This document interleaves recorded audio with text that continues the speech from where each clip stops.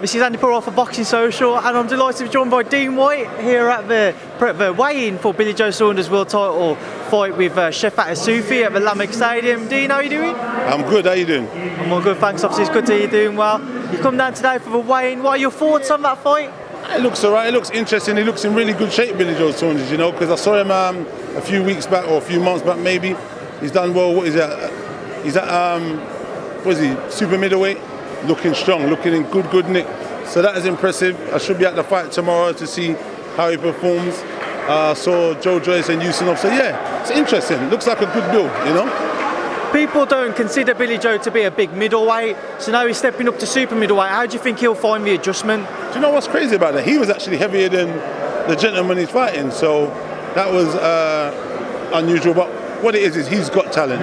He's got really good talent, you know what I mean? He's still undefeated. He's gone in there and fought a lot of good guys. I would have liked to have seen how he done in the Super Series. If he was in there with Callum, that would have been a good testament to how he performed. But later down the line, they're saying they potentially might make that fight. But you know what? To be honest with you, I don't want to rain on his thunder. I'd prefer to see Canelo and Callum. That is a great fight. And I'd like to even see Billy Joe actually against Canelo. But in terms of, I just like the way Callum boxes. I like the way he sits on his body shots. He catches and returns with his left. Listen, he's a good talent. But I'd like to see how he performs against him. You know what I mean? Just to touch on Billy Joe, you mentioned how good he looks.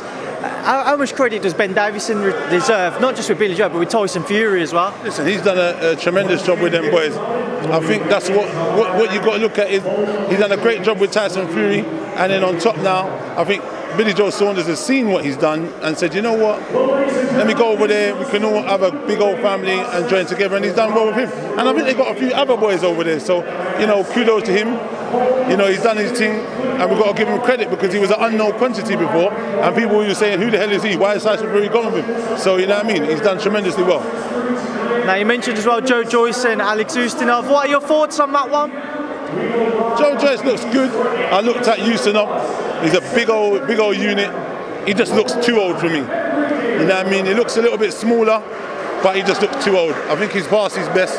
I think when Ustinov was going to fight Fury, would have been a better Ustinov.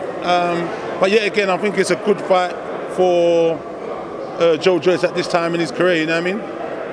Joe's only had 8 fights, this will be his 9th. He's had 8 knockouts to go with them. He's looking at a big fight on July 13th. He won for Adi Caballero, fight for the EBU title. What level do you think Joe is actually capable of boxing at the minute? So you know what? I think Joe's moving quite well. They're moving in progressively well. You know, he's obviously, he was an elite amateur. And youth isn't on his side, so they're moving him across. But at the same time, they got to be careful, you know, because he's not up there with the rest of the boys just yet. So it's just one of those ones, you know what I mean? I'm not sure who he's going to get next, but you know, as long as he continues winning, I'm sure he'll get into the mix of the top boys at a later date, you know what I mean?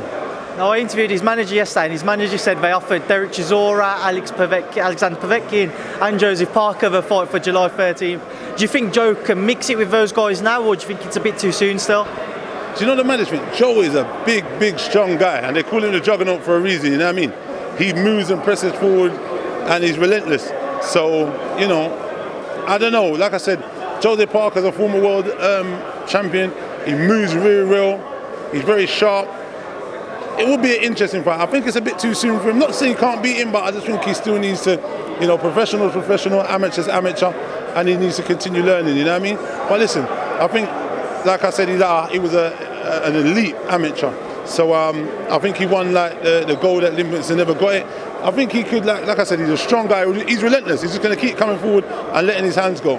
But Jose Parker's got a good chin, got a decent engine, and can whack a bit. So I think it'll be a nice fight. I don't know, it might be a bit too soon for him though. Now, obviously, you have a brother to Dean Whyte. How's Dean looking in camp ahead of the Oscar Rivas fight?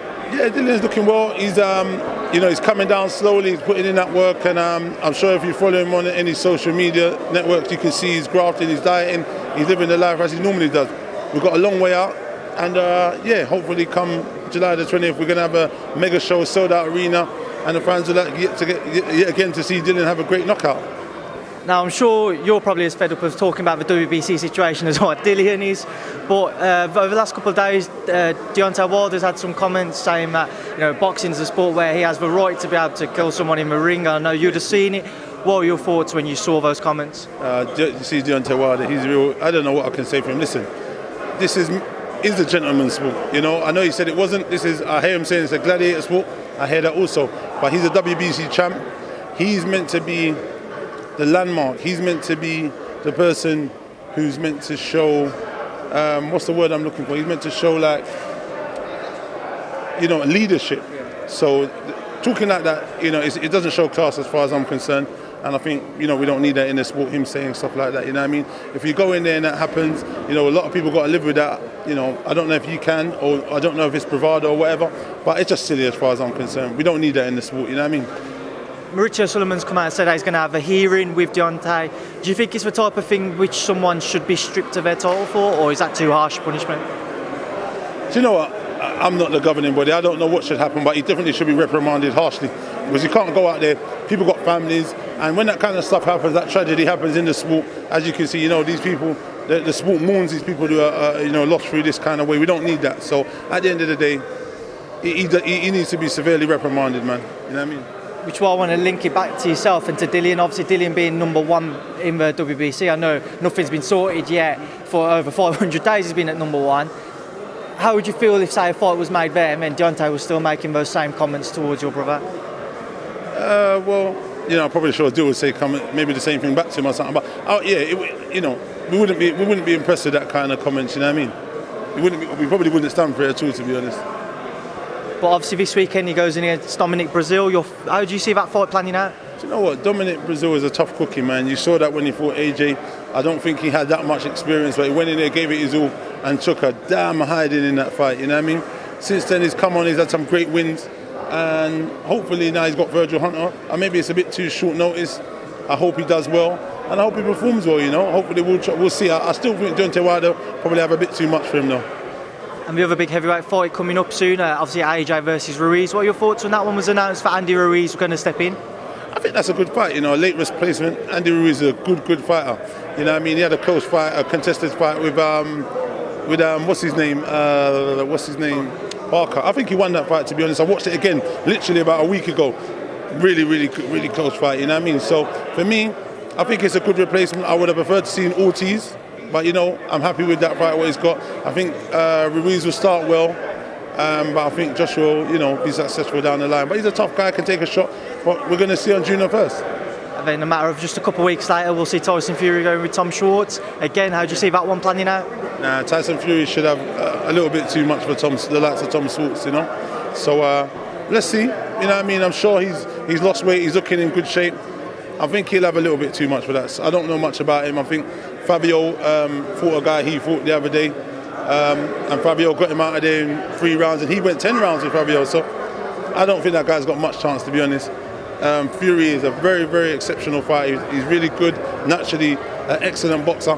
I think he's going to box his head off and get him out of there at some stage. So yeah. Now, there's a lot going on in the heavyweight division, which I'm going to stick with. Today we had the announcement of Lucas Brown versus Tom Little. How do you see that one going? Bloody hell, I didn't even know that one was now. I probably, because I've been there, maybe I've not been online.